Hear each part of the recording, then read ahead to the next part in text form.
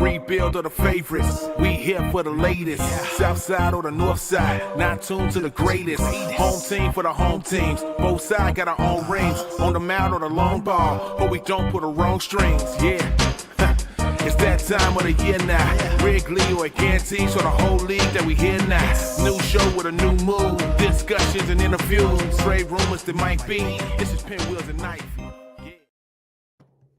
Hello and welcome to the Pinwheels pregame show. I'm Mitchell Kaminski, bringing you White Sox talk every Wednesday in the 12 o'clock hour. Eventful weekend. We had SoxFest live after a 5-year hiatus. White Sox bringing back their fan convention. I was there on Saturday, so I got a full recap for you. As I said, it was quite eventful, different format. So I'll tell you what I thought about it and some of the more noteworthy things, because I thought a riot was about to ensue on Saturday. Things are getting a little testy during one of the panels. So let's get right into it. There's a lot of good, a lot of bad, and some things, quite frankly, I think they should have done differently. So starting off, I think the Romova Theater, where they had this venue, it's a really cool theater. Right, this is the first time I've been there. I'd heard of it. I've driven past there going through Bridgeport, but it's a cool theater. Like, you can see the history in that place. I think it's got like over 100 years, built in 1929. It looks like a really cool spot to see a concert. Even when you come in, like, they had the bands playing and like that bar in the back. I was like, okay, this is a pretty cool concert venue. It is not, however, a good venue for a Major League Baseball team. Like, what struck me walking in there was just how like tiny it was and like the way they had it set up. It seemed more like a venue for the Chicago Dogs, not the Chicago White Sox. It was just too small for a Major League Baseball team playing in one of the third major markets in the world, especially when you compare it to what CubsCon looked like and how SoxFest were in the past. Now, I don't blame the White Sox, because I think their thinking was, we just lost back-to-back 100 seasons.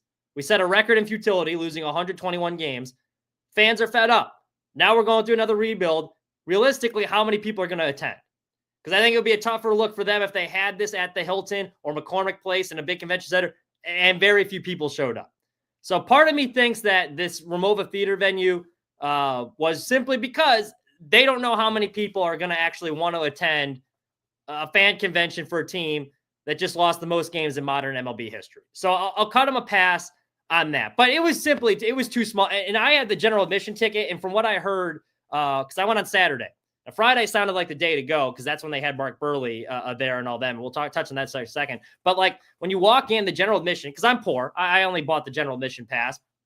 The seats were all crammed together. Like, they had their main stage that it fits there. And that venue fits about 1,500 people or so.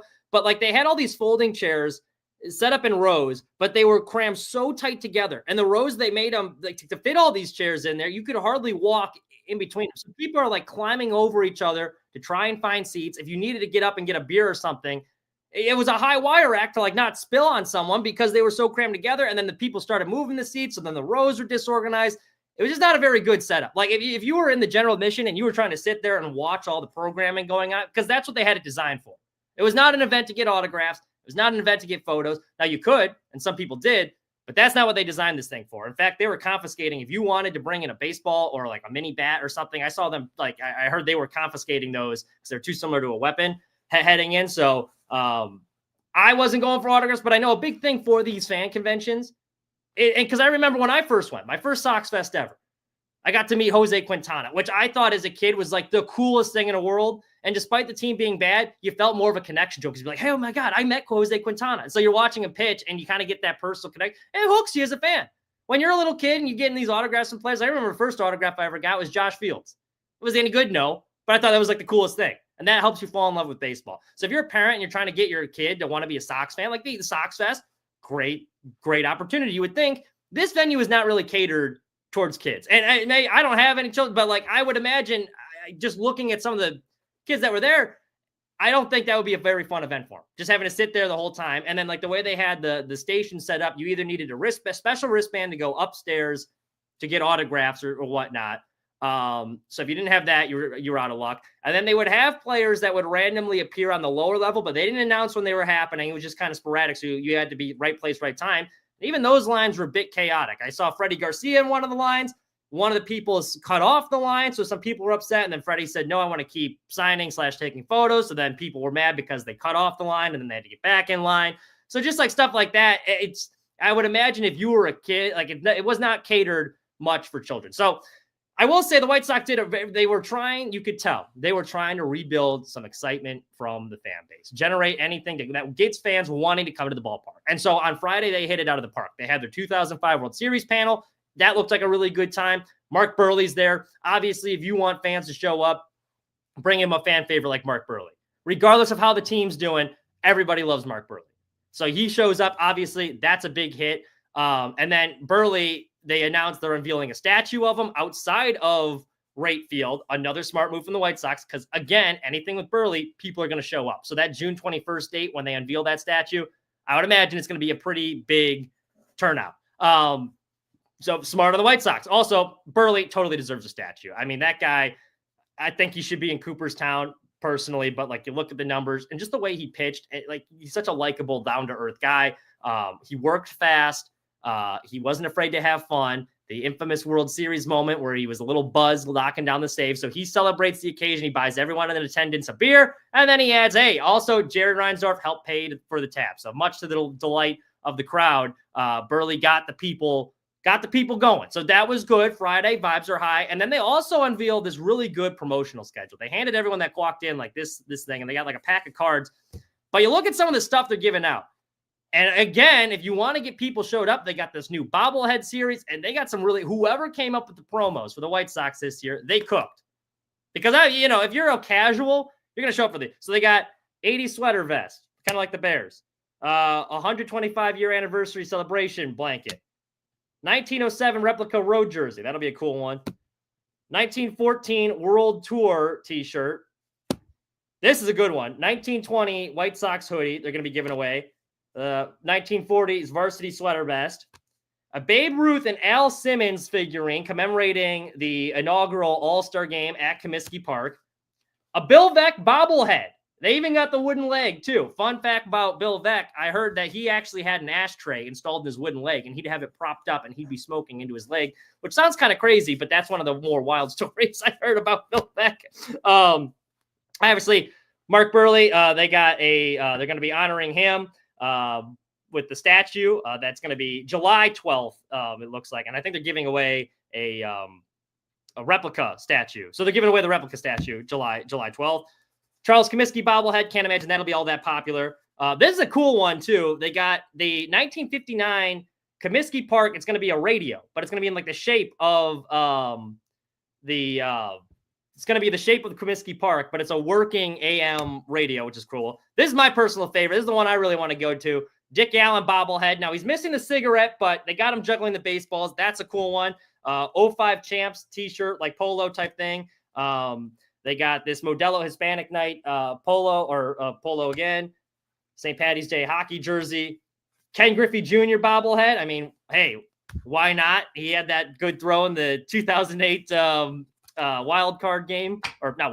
blackout game against the Twins to get to the playoffs. Luis Aparicio bobblehead. Little Louie. Love to see that. Ozzie Guillen bobblehead. That'll be good, doing the Bobby Jenks. And that's one of my favorite things as a kid, is he'd go out to the bullpen and make the big sign because he knew he was bringing in Bobby. Los White Sox jersey. Ray Dunham bobblehead. This is a cool one too. 93 division rope cap. This will be probably the hottest commodity. 4-piece bobblehead set. It's four bobbleheads in one. And it's got all the guys that threw a complete game. And Mark Burley, Jose Quintana, Big Game Freddy, and then John Garland. So they really cooked on their promos this year, so I will give them some credit. They did that. They bring back Burley. Vibes are high. Now, we're going to flash forward to Saturday. So Saturday's thing, we get in there, and as I mentioned, it's pretty cramped in this venue. There's not a whole lot of room in the seats. It's sporadic, but one of the things they have their first panel, and they had this comedian that came out with some of the prospects. And like looking at the lineup, I was like, this is probably going to be one of the worst events. That ended up being one of the more entertaining ones because you really got a sense of a lot of these younger guys' personalities.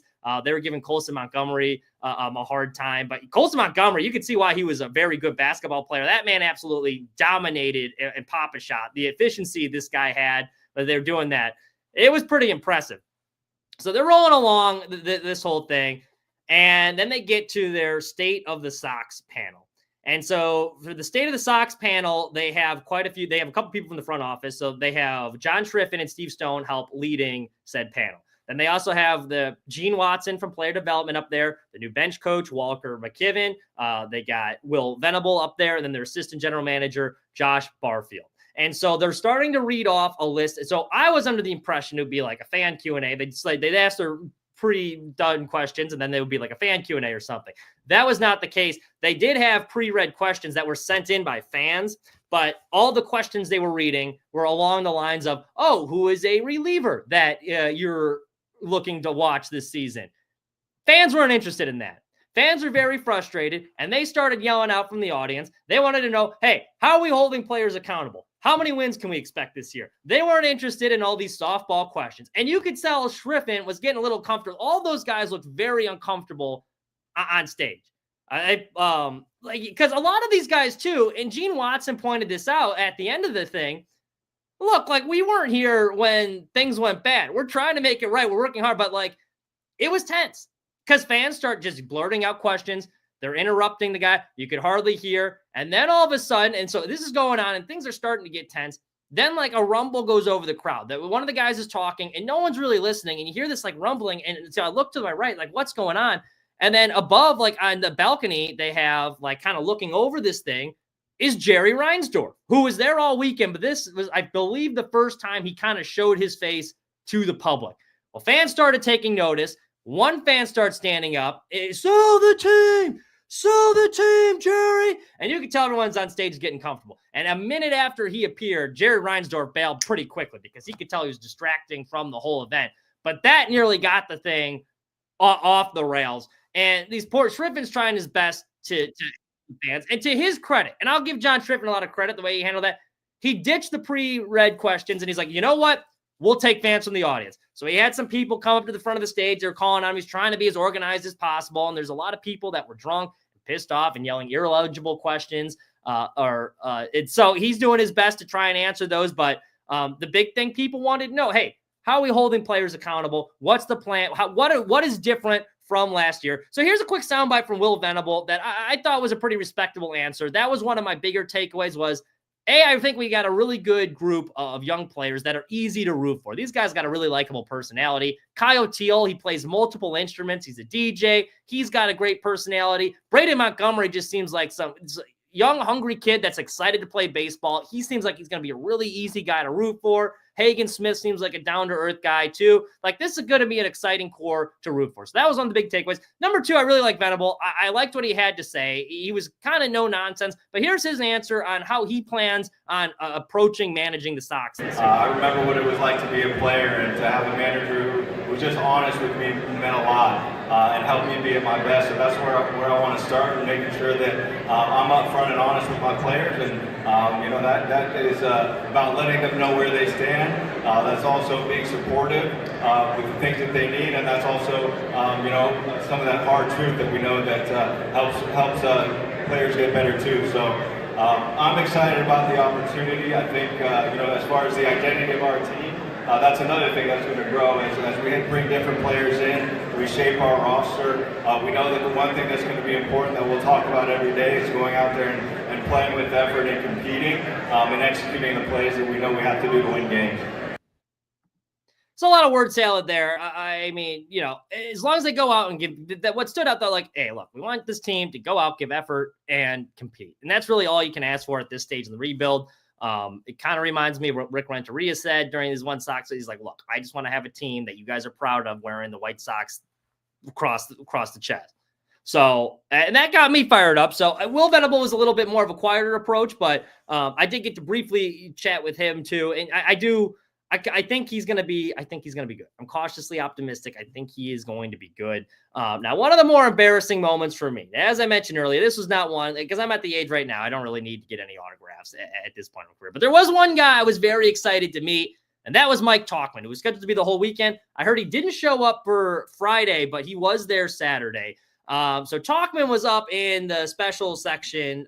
Special section is not the right word, but the upstairs thing where you need the special wristband to go see him. So I get up there and I just want to talk to him because, like me, he is a Bradley alumni, baby. We both played a little Bradley club. He played on the actual baseball team. I was a club, but hey, it counts for something. But I wanted to know what the bar scene was like. What bars down in Peoria, Illinois, that Mike Talkman was hitting up back in the day, to see if we had the same taste in bars. So this is the hard hitting journalism questions I wanted to ask. So I get up there, they won't let me in the line because of the wristband. So I kind of worked my way around, and no one really wanted to talk to poor Mike Talkman because he was in a line with Colson Montgomery, who was much more popular among the Sox fans. I bet you a lot of those people probably didn't even know who Mike Talkman was because he shaved a little bit. He used to have the beard there. But come over, and I'm like, hey, like Mike or whatever. He's like, oh, what's up, man? I'm like, hey, I heard you went to Bradley. I know I'm a Bradley alum too. He's like, oh yeah, no kid. I'm like, hey, I gotta ask, like, what was your go-to bar down in Peoria? And he goes, what night?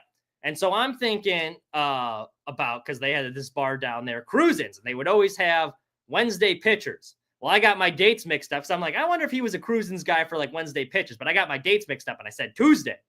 And he looks at me like, what are you, like an alcoholic? He's like, really? Like Tuesday? I'm like, all right, Saturday. He's like, oh yeah, Saturday, I'm a Cruisins guy. I'm like, well, was Jimmy's a thing? Because that was the Irish bar down there. He's like, oh yeah, I went to Jimmy. So Mike Talkman, he knows his bars. He frequented some good bars down in Peoria. So that was happy to know. But he does probably think I am an alcoholic. So that was a bit interesting to see. But I think it's going to be a likable team. These guys, they do have some good young talent. Hagen Smith and Noah Schultz. Noah Schultz, you hear about how tall he is, but like they aren't kidding. Like that man is massive. It reminds me of Zdeno Chara when he was like on skates. Like that's like, this man's huge. He missed his calling, I think, in basketball. Maybe not because he throws gas and he's about to be in the MLB soon. But they got some studs on this team, and it's a likable group of guys. Not that the last rebuild wasn't likable. I thought Eloy was an easy guy to root for. A lot of those guys were easy to root for, but even Brian Ramos, just like the group of guys they have are very likable personalities. So that is something I am encouraged by. I hope the product's a little bit better, but at the very least, the White Sox are dangling a lot of promos in front of you to get you in the ballpark. I think that was the whole theme of the weekend. Hey, like we're going to try and get you excited to come to the ballpark for something, because we know product on the field won't be very good. And even during that State of the Sox thing, that was a big thing. A lot of people want to know, how long is this going to take? How long do we have to sit through this thing? And they were like, look, like it's not going to be easy. I'm not going to give you a record this year. We know it probably is not going to be great, but as Gene Watson put it, look, a lot of us up here, we're not with the White Sox when this thing went off the rails, and we're working tirelessly to fix it. So you can choose to believe it or not, but I do think Chris Getz, the way they're doing this thing, he has brought in a lot of smart people to this organization. They are restructuring the front office, and you can see a bit of a shift. Even the way the White Sox social media has been operating. Their social media the last several months has kind of been cooking. And it's like stuff that you wouldn't see the White Sox do before. They're getting creative to try and revitalize this fan base. Because, this is a fan, they're diehards. They're so passionate. 121 losses, and that room was still packed. And that tiny venue that was much too small for that, but they were still showing up, and they were just as passionate as ever. There's no design. The South Side of Chicago, they love the White Sox. And the organization very rarely shows them love back. And I think now they're trying to make an effort to do that.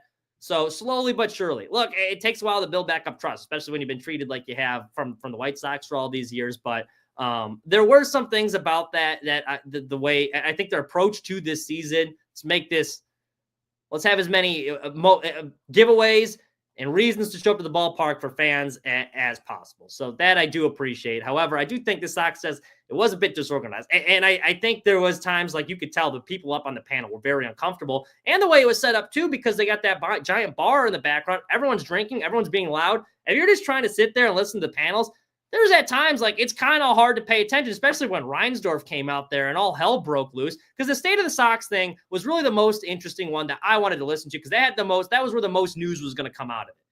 And it only lasted like a half hour, and I think they probably cut it shorter than they wanted to, or it wasn't as good as it wanted to, because people, every time they were talking, people kept interrupting and cutting over them, and there was all this noise, and then a riot almost broke out after Reinsdorf came out there, and the guy was yelling, "Sell the team." It's just, I think the organization, the way they had that set up, it could have been a little. Now, look, there's nothing they can do about unruly fans yelling. Like, there's nothing the Sox can do about that. But just like, because that venue was so small and everyone was right on top of each other, it just wasn't nearly as good as the SoxFest of the past. They tried their best. I thought it was an okay concept, but the execution was lacking just a little bit. I was happy to go regardless, but it was lacking just a bit. I do want to finish with this. So right after SoxFest, on my drive up there, I got a call from my news station that I had to cover the AFC champ. They're like, hey, someone called in sick. We need you to cover the AFC championship game. If you follow me at Mitch Kaminski 99, you can see the story I did on that. But there is something that is bothering me. I'm not even a Chiefs fan. I'm going to make this very clear. But you hear this all the time, and I know people are sick of watching the Chiefs win every year, but this constant complaining about the refs and the officials, you hear it all the time. It's the same thing you hear with the Dodgers spending money, whatever, but football's a bit different. Stop it. If you are one of these people on Twitter complaining about the refs and the refs are the only reason the Chiefs win, you sound like an idiot. You don't know ball. It's a lazy take. You said the same thing about the Patriots, too. At what point are you going to stop complaining about the refs and just appreciate greatness? Sure, were there some ticky-tack calls? Were there some borderline calls that went the Chiefs' way? Yeah. But if you're the Bills, you can't pick up a yard and make it convincing. You don't deserve to go to the Super Bowl. And you can argue, well, Mitch, it did look like you got it. No. You had fourth and a yard, and you left it up to the hands of the officials. You can't get that 1 yard. You don't deserve to win. You opened the game by nearly throwing 2 interceptions. There's a ton of missed opportunities. The Bills had every chance to win that game, and they blew it. Josh Allen, that last play of the game, yeah, okay, tight end drops the pass. That would have given the first down. Josh Allen also could have changed the protection when they were showing blitz too. And he played a good game. I'm not throwing him under the bus, but quit complaining about the officials. The Chiefs are good, and Mahomes is in his Tom Brady era where he doesn't really care about stats anymore, but they beat you because they don't make those same stupid mistakes. They minimize their mistakes and wait till the other team makes them, and they always have themselves in a position late in games. Just appreciate greatness. I know it's annoying, but you sound like an idiot if you're on Twitter complaining about the refs. I'm sorry. It's just the way it is. You really think the NFL is going to rig it for small market Kansas City? No. That's my rant. Thanks you guys for listening. Make sure you follow us at Sports Mockery, sportsmockery.com. Plenty of good stuff coming out there now because Ben Johnson just got hired, Bears head coach. So that's exciting. He's filling out his coaching staff. Of course, we got a full recap of SoxFest, a little bit more in depth. You can read on Sports Mockery, sportsmockery.com, and all the other good White Sox news. You can follow me also at Mitch Kaminski 99 for all the show updates. And you can see the story I did about Bills Mafia this weekend as well, if you are so inclined to read some other White Sox content. Thank you again for listening. Have a wonderful rest of your week.